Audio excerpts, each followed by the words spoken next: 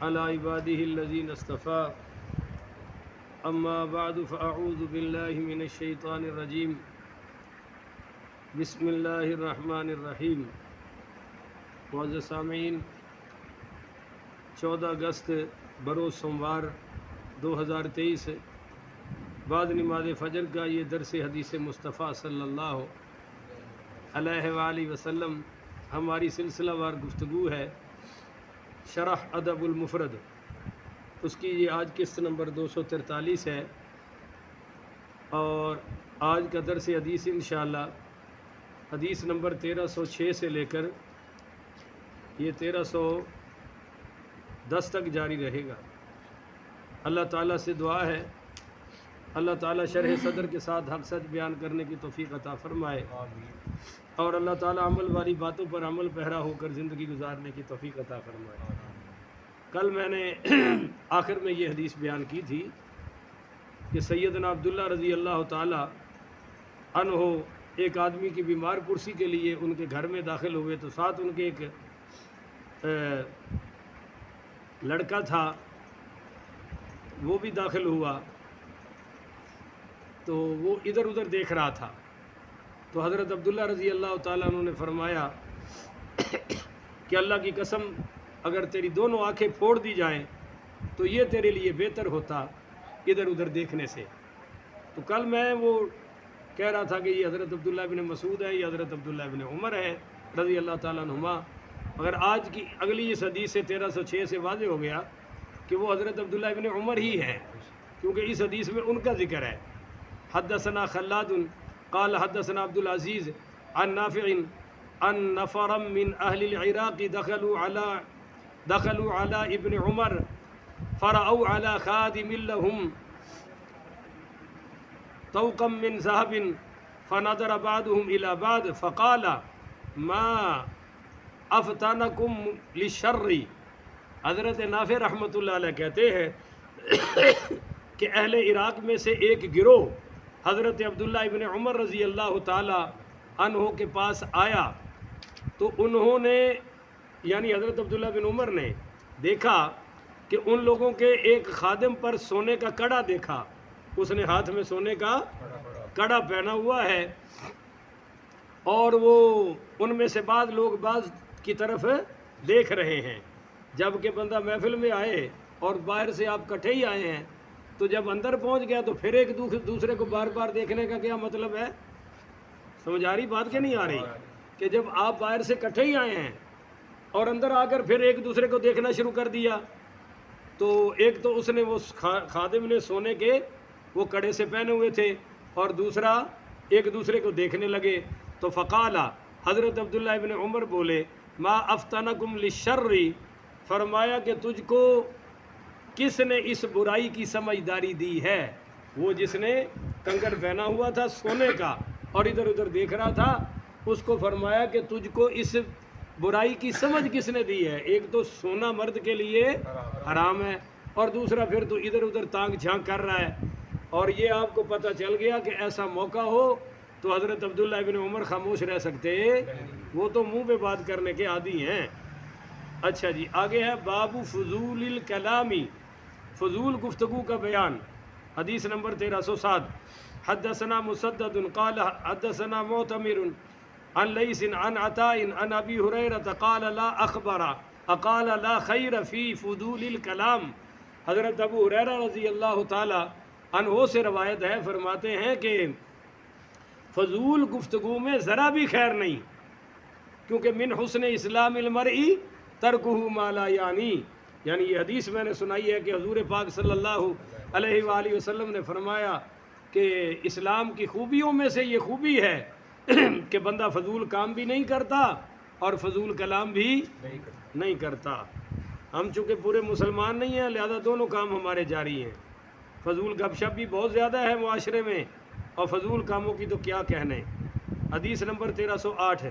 حدثنا مطر قال حدثنا یزید قال حدثنا البراء بن یزید عن عبداللہ ابن شفیق عن ابی ہریرہ ان النبی صلی اللہ علیہ وسلم قال، حضرت ابو ہریرہ رضی اللہ تعالی عنہ سے روایت ہے کہ حضور پاک صلی اللہ علیہ وآلہ وسلم نے فرمایا کہ شرار امتی السرسارون، کہ میری امت کے بدترین، گھٹیا ترین، کمی ترین لوگ وہ ہیں جو فضول گفتگو کرتے ہیں. یہ کمی لوگ ہیں، فضول گفتگو. جا کے دیکھا کرو نا یہ مغرب کے بعد ڈیروں میں کیا ہو رہا ہوتا ہے، درس قرآن ہوتا ہے یا فضول گپیں ہوتی ہیں، یا درس حدیث ہو رہا ہوتا ہے، اوپر سے ٹی وی شی وی لایا ہوتا ہے اور جھوٹے تبصرے ہو رہے ہوتے ہیں. آج ان جو انج ہو جانا ہے، ایس حکومت نے انج کر دینا ہے اور پچھلی نے انج کرتا ہے، اور چھوڑ دے تو ان کاموں کو. کوئی ان میں سے یہ پوچھنے والا نہیں ہوتا بھائی نماز بھی پڑھی ہے کہ نہیں پڑھی ہے، عشاء بھی پڑھی ہے کہ نہیں پڑھی، فجر پڑھنی ہے کہ نہیں پڑھنی. انا للہ و انا الیہ راجعون. تو فرمایا میری امت کے سب سے بدترین گھٹیا لوگ یہ ہیں جو فضول گفتگو کرتے ہیں. نمبر 2 المشدقون. یہ المشدقون وہ لوگ ہیں جو ذرا منہ بنا کر گفتگو کرتے ہیں نا، بڑے سٹائل سے. نہیں سمجھ آ رہی؟ آدھی انگلش اور آدھی اور ساڑھے پرانے مولوی صاحب فرماندے ہوں سی دیسی کتی ولایتی بھونک. کہنے کو تو پاکستانی ہے مگر ہر بات میں 4 جملے انگلش کے بولیں گے میڈیا کے سامنے تاکہ پتہ چلے ہم ذرا اعلیٰ مخلوق ہیں. اور انگریزوں تم ہم سے بھی اعلیٰ ہو. ویسے بھی آج جشن آزادی ہے، تو جب سے انگریز گیا وہ اپنے پالتو اور اپنے چیلے پیچھے چھوڑ گیا. جو لباس ان والا ہی پہنتے ہیں، شکلیں بھی ان والی بنا رکھی ہیں کہ پتہ ہی نہیں چلتا ہے نا جو ساڈا افسر کیڑا ہے انہوں دا بولتے نہیں ہوں یا تو کہنا بھی تو غلط کہہ رہے ہیں، پتہ ہی نہیں چلتا. ان کی عورتیں سیاست میں تھی تو ماشاءاللہ ہماری فاطمہ جنابی اس وقت کتے کا بچہ اٹھا کے ساتھ چلتی تھی. مادر ملت ہیں، اسی تو نہیں مادر ملت مندے، ساڑی مادر ملت ہے اما عائشہ صدیقہ رضی اللہ تعالیٰ عنہ. مگر اس وقت فاطمہ جناب اگر کتے دا بچہ چک کے انٹرویو دے وے اور وہ جناب ساڑی پا کے لک ننگا کر کے بیٹھے تو سمجھ لو نا کہ کیڑا طبقہ ساڑے تے چھڑ کے گیا سی انگریز. جیڑا سیکولر طبقہ، فوج ٹوٹل ادو سیکولر، فوج دے وچ تے مذہب دی لہر آئی ہے جدو ضیاء الحق صاحب آئے نے، اور ضیاء الحق تو پہلے تے مذہب دا تو اور فوج دا تعلق ہی نہیں سی. مگر بہرحال مسٹر محمد علی جناح اپنی آخری عمر میں چاہتے سن کہ پاکستان اسلامی ریاست بڑھے، اور انہوں نے آخری تقریریں سن لو. انہوں نے چونکہ مل گیا پیر سید جماعت علی شاہ رحمۃ اللہ علیہ، انہوں نے مل گیا علامہ شبیر احمد عثمانی، اور میں سن رہا سی ناموس صحابہ بل کی پاکستان چ پاس ہو گیا، سارے ہی کالے کیڑے باہر آ گئے میڈیا تے. ہم یہ بل نہیں ہونے، پہلے تو کہتے سی ساڈے ہوندے بل پاس ہی نہیں ہو سکتا، ہو گیا. ہن کہندے نے اسی نہیں منتے، اسی تواڈے خلیفیاں نو نہیں منتے، اسی نبی دیاں 4 دھیاں نہیں منتے. میں کہا بدبختو ہن تسی خودکشی کر لو، تواڈا ایتھے رہ کی گیا ہے، کیونکہ نبی دیاں 4 دھیاں یہ خود حضور نے دسیاں نے اور خود قرآن نے دسیاں نے. اور اسلام دے 4 خلفائے راشدین چو پہلا خلیفہ بلا فصل وسیع رسول ابو بکر صدیق ہے. اندے تے ہن تواڈے الٹے لٹکن نال بھی کچھ ہو سکتا. بہرحال وہ ساتھ یہ بھی کہہ رہے تھے کہ مسٹر محمد علی جناح قائد اعظم پکا شیعہ اثنا عشری تھا. تو ہم نے ان سے سوال کر دیا، میں نے بھی میڈیا میں کیا ہوا ہے، بڑی گالیاں شالیاں پڑ رہی ہیں ان کی طرف سے کومنٹس باکس میں. میں نے کہا کہ اگر وہ شیعہ تھے تو انہوں نے یہ وصیت کیوں کی کہ میرا جنازہ شبیر احمد عثمانی پڑھائے گا؟ نہیں سمجھے آپ؟ اب شبیر احمد عثمانی تو دیوبندیوں کے ہیں جنہوں نے مشرقی پاکستان کا پرچم لہرایا، تو وہ کیوں وصیت کی مسٹر محمد علی جناح نے؟ کیونکہ دیوبندی تو شیعہ کو مسلمان ہی نہیں مانتے، اور مسٹر جناح وصیت کر رہے ہیں کہ میرا جنازہ یہ عالم پڑھائے گا. اگر وہ شیعہ ہوتے جس طرح تم کہتے ہو مذہبی کٹر شیعہ، تو ایسی وصیت شیعہ کر سکتا؟ اور اگر نہیں یقین تو تم کوئی کسی شیعہ کے مرنے پر ہمیں جنازہ پڑھانے کی اجازت ہو، کرو اعلان تاکہ ہمیں پتہ لگے تم بہت براڈ مائنڈڈ ہو. مگر ایسا ہو سکتا؟ اور وہ یہ کہہ رہا تھا جی علامہ اقبال سنی تھے، الحمدللہ قائد اعظم بھی سنی تھے، ہمارا یہ بھی دعویٰ ہے. تو خیر عرض کر رہا تھا کہ پاکستان انگریز جاتے ہوئے اپنے چمچے کڑچھے جو مزاج کے انگریز، زبان کے انگریز، لب و لہجے کے انگریز، اور ان انگریزوں کے گھوڑے نہلانے والے ان کی نوکریاں کرنے والے، وہ ان کو جگیریں بھی الاٹ کر گیا اور ان کو ہم پر اقتدار کے لیے مسلط بھی کر گیا۔ اس وقت سے لے کر آج تک ہمیں اس طبقے کا سامنا ہے، وہ مذہب سے بیزار ہے، مذہب سے ان کا کوئی تعلق ہے۔ چنانچہ یہ جو ابھی وزیر اعظم کل پرسوں گیا ہے، اس نے اسمبلی میں سورۃ الکوثر پڑھی شہباز شریف نے، اور اس کو پڑھنی مذہب میں ان کی یہ اوقات ہے۔ اعتزاز آسن سے فاتحہ نہیں پڑھی گئی، اور وہ ایک عبد الرحمان ملک گزرا تھا جس کو رحمان ملک کہتے تھے، پیپلز پارٹی کا وزیر داخلہ، انتہائی بد لگام، بد زبان، بدتمیز شخص تھا، اس کو بھی 3 مرتبہ سورہ قل هو اللہ پڑھنے کے باوجود اسمبلی میں پڑھنی۔ تو ہمیں پتہ چل گیا کہ ان کی مذہبی اوقات تو یہ ہے۔ اگر ایک آدمی نے، وہ بھی ان میں سے تھا۔ بس ایک بات آپ کو آج درد دل کی کر دوں، ہمیں تو تھوڑی بیٹھے ہو پر گل میری زیادہ تک پہنچ جانی ہے۔ مسٹر محمد علی جناح مرحوم آخری عمر میں بالکل مذہبی ہو گئے تھے، مگر ہمارے مولوی اس بات کو سمجھے، وہ ان کی شکل اور سوٹڈ بوٹڈ دیکھ کر اسی لے میں بہتے گئے اور کشتی مس کر دی۔ 150 علماء نے اس وقت قائد اعظم پر کفر کا فتویٰ دیا۔ وہ کو سارے دنیا پرست نہیں تھے، یا سب کو انگریز نے خرید، انگریز کو تو خیر کیا تکلیف تھی مسٹر سے، وہ ان کو کوئی ہندوؤں نے خریدا نہیں ہوا تھا۔ ہمارے 150 علماء کو تجانب اہل سنت کتاب اب بھی موجود ہے، جس پر قائد اعظم کے خلاف 150 علماء نے متفقہ کفر کا فتویٰ دیا، اور میں کہتا ہوں کہ وہ کشتی مس کر دی۔ اگر علماء اس وقت ساتھ ہو جاتے تو یہ جو آج تمہیں قانون سے کیڑے نکالنے پڑ رہے ہیں، اس کی نوبت ہے تم کہتے جاتے اور مسٹر محمد علی جناح کرتے جاتے۔ دیکھیں نا، وہ آ رہے ہیں، داخل ہو رہے ہیں، مسٹر محمد علی جناح اس میں مسجد میں داخل ہو رہے ہیں، ان کو یہ نہیں پتہ تھا کہ جوتی اتارنی ہے کہ نہیں۔ تو پیر جماعت علی شاہ صاحب نے کہا جی آپ یہاں جوتی اتار کے اندر داخل ہوں گے، انہوں نے فوری اتار دی، وہ کشتی مس کر دی۔ اب مجھے پتہ ہے کہ میرے خلاف مولوی بہت کچھ کریں گے، آج بھی کشتی ہم نے مس کر رہے ہیں اور کر دی کہ یہ عمران خان صاحب بے شک اسی دنیا کا ہے، وہیں سے پڑا ہوا ہے، مگر وہ کہہ رہا ہے کہ میں اپنی پچھلی زندگی سے توبہ کر چکا ہوں، وہ لا الہ الا اللہ کی بات کر رہا ہے، وہ محمد رسول اللہ کی بات کر رہا ہے، وہ ایاک نعبد و ایاک نستعین پڑھ رہا ہے۔ اس نے اپنے دور میں قرآن پاک کی تعلیم لازمی کی، اس نے اپنے دور میں یہ آواز اٹھائی کہ میں پورے ملک کا نصاب تعلیم ایک دیکھنا چاہتا ہوں، اس نے یہ آواز اٹھائی کہ کوئی باہر سے امریکہ ہمارے ملک میں ڈرون حملہ کر سکتا، ہم جانے اور طالبان جانے، یہ ہمارا آپسی معاملہ ہے، اس میں امریکہ بہادر کچھ کرنے کی جرت ہے۔ اور اس نے یہ بھی کہا کہ میں اپنے ملک کا کسی کو کوئی اڈا ایبسلیوٹلی ناٹ، اس نے کہا، اور اس نے ایاک نعبد و ایاک نستعین کا بھی نعرہ لگایا، مگر ہم اس کی شکل و صورت اور اس کی پچھلی زندگی سے یہ کشتی بھی مس کر رہے ہیں۔ مولوی آج بھی اس پر فتوے دے رہے ہیں، آج بھی اس کو امریکہ کا ایجنٹ اور پتہ نہیں کیا کیا کہہ رہے ہیں، اور یہ ہر مذہبی کے ساتھ ہوا ہے۔ مسٹر ضیاء الحق بیچارہ یہاں نظام زکوٰۃ کی باتیں کر رہا تھا، اسلامی سزاؤں کی باتیں کر رہا تھا، اور ہم اس کو امریکہ کا ایجنٹ کہہ رہے تھے۔ بہرحال اللہ کسی کشتی پر اچھی پر ہمیں بھی سواری کی توفیق عطا فرمائے۔ آج چونکہ یوم پاکستان ہے تو اللہ پاکستان کی خیر فرمائے۔ پاکستان کی کشتی بھی آخری ہچکولے لے رہی ہے، جس کا نہ خدا بھی کوئی نہیں، کنارہ بھی کوئی نہیں، اور پانی کی گہرائی کی انتہا بھی کوئی نہیں۔ تو خیر ہم اپنے درس پر آتے ہیں، آپ پھر کہیں گے مولوی صاحب سیاسی گفتگو کرتے ہیں۔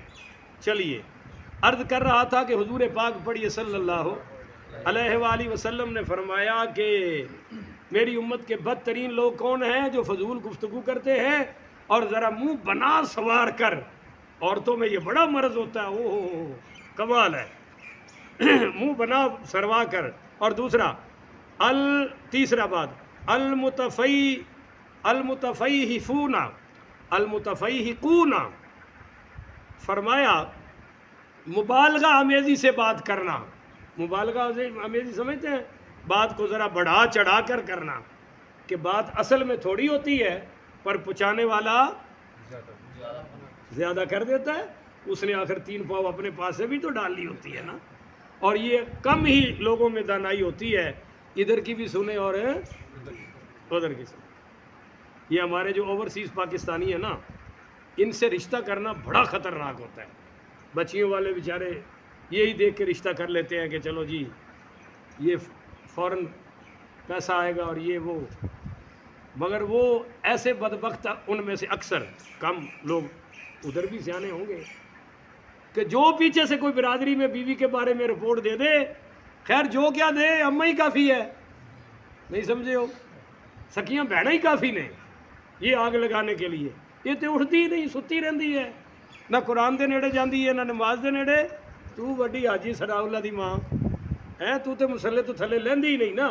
یا کوئی بدبخت یہاں سے بکواس کر دیتا ہے، تیری بیوی فلاں سے بات کر رہی تھی، فلاں کو دیکھ رہی تھی، وہ اتھو ہی طلاق دے دینا.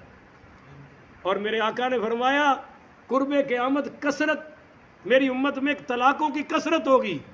اور اس حدیث نے علماء کو پریشان کر رکھا تھا، مگر ان لوگوں نے، یہ جو باہر شہر والے ہیں اور آج کل یہ جو منڈے کھنڈے ہیں نئی تہذیب کے دل دادا، انہوں نے آسان کر دیا کہ سکا بھائی سکے بھائی کو رشتہ لینے دینے کو تیار ہے.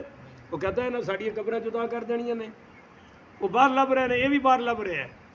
اللہ تعالی ہماری اصلاح فرمائے جی. تو فرمایا میری امت کے بدترین لوگ کون ہیں جی؟ زیادہ باتیں کرنے والے، ذرا منہ بنا سوار کر باتیں کرنے والے، اور باتوں میں مبالغہ آرائی کرنے والے. اور فرمایا وخیار امتی احاسنہم اخلاقا، میری امت کے بہترین لوگ وہ ہوں گے جن کے اخلاق اچھے ہوں گے. اخلاق اچھے کا کیا مطلب؟ میٹھے بول بولنے والے، کڑوے سن کر پی جانے والے، غصہ نافذ نہ کرنے والے. چلیے جی آگے ہے جی باب ذل وجہین، دو رخے آدمی کا بیان. یاد کرنے کے لیے بولو کس کا بیان جی؟ دو رخے. اب جی تو بھی بولے کر نا، دو رخے آدمی کا بیان. دو رخا کون ہے؟ یہ سنیے حدیث. حدیث نمبر 1309.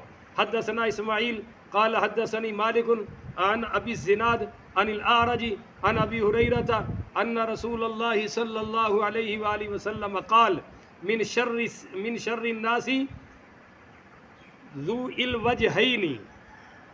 آپ حضرت ابو ہریرہ پاک رضی اللہ تعالیٰ عنہ سے روایت ہے کہ حضور پاک صلی اللہ علیہ وآلہ وسلم نے ارشاد فرمایا لوگوں میں سے بدترین آدمی وہ ہیں جو دو رخا ہے. کون آدمی برا ہے جی؟ دو رخا. دو رخے کی تعریف بھی سن لیں.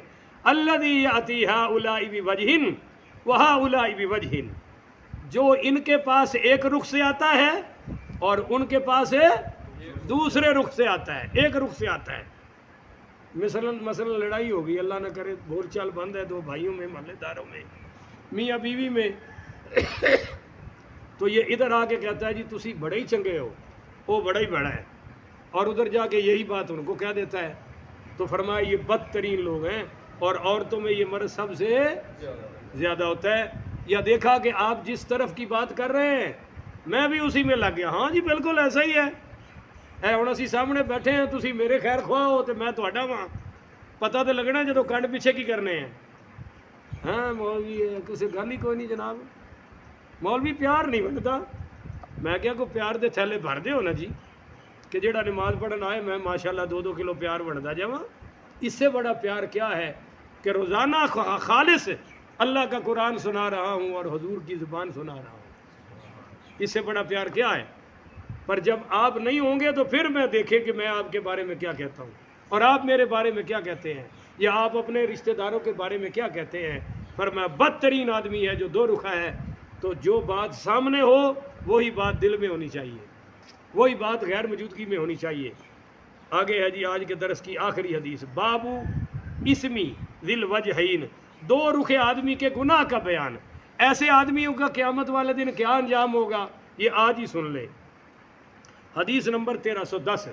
حدثنا محمد بن سعید الاسبہانی قال حدثنا شریک عن الرکین عن نعیم بن حنظلہ عن عمار بن یاسر قال سمعت النبی صلی اللہ علیہ وسلم یقول. حضرت عمار بن یاسر پاک رضی اللہ تعالی عنہ سے روایت ہے، فرماتے ہیں کہ میں نے حضور پاک صلی اللہ علیہ وآلہ وسلم کو یہ فرماتے ہوئے سنا کہ یقول من کان ذا وجہین فی الدنیا کان لہ لسانان یوم القیامت من نار۔ آپ صلی اللہ علیہ وسلم نے فرمایا کہ جو آدمی دنیا میں دو رخا ہے، قیامت کے دن اس کی آگ کی دو زبانیں ہوں گی۔ تو جو اللہ مٹی کی زبان عطا کر سکتا ہے وہ آگ کی بھی لگا سکتا ہے یا نہیں لگا سکتا؟ ایسے آدمی کی یہ سزا ہے، کیونکہ یہ دنیا میں بھی آگ ہی پھیلاتا ہے ظالم، ادھر کی ادھر، ادھر کی ادھر، جھوٹی سچی۔ دیکھو ہمارے مذہب کی کتنی تکڑی تعلیم ہے کہ تم صلح کرانے کے لیے جھوٹ بھی بولو گے تو تمہارے نامہ اعمال میں گناہ نہیں لکھا جائے گا، اور لڑائی کے لیے سچ بولنے کی بھی اجازت ہے کہ ادھر کی ادھر نہ لگاؤ، ادھر کی ادھر نہ لگاؤ۔ لڑائی کے لیے سچ کی بھی اجازت نہیں، کسی کی توہین، کسی کی ڈی ویلیویشن کے لیے، کسی کو گرانے کے لیے تم سچ بھی نہیں بول سکتے کہ من ستر مسلمن سترہ اللہ فی الیوم الآخر، کہ جو آج مسلمان کے عیبوں پہ پردہ ڈالے گا اللہ قیامت والے دن اس کے عیبوں پہ پردہ ڈال دے گا۔ تو تم سچ بھی نہیں بول سکتے، اور صلح کرانے کے لیے جھوٹ بھی بولو تو گناہ نہیں لکھا جائے گا۔ کو بات سمجھ آ رہی ہے نہیں آ رہی؟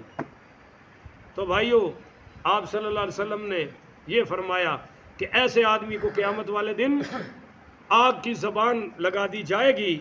جب حضور یہ فرما رہے تھے تو فمر رجل کان ضخمن قال ھذا منہم، جب حضور یہ بات فرما رہے تھے کہ دو رخے آدمی کو آگ کی زبان لگائی جائے گی تو ایک موٹا سا آدمی گزرا، تو آپ نے فرمایا یہ بھی ان میں سے ہوگا، یہ بھی ان میں سے ہوگا جن کو آگ کی زبانیں لگائی جائیں گی، دو، کیونکہ وہ بھی محلے میں یہی کام کرتا تھا۔ حضور نے وعدے کر کے فرمایا کہ یہ بھی ان میں سے ہے۔ اللہ تعالی ہمیں ان میں سے محفوظ فرمائے، اور اللہ تعالی ہمیں زبان کے صحیح استعمال کی توفیق عطا فرمائے۔ آخر ودعوانا ان الحمدللہ رب العالمین۔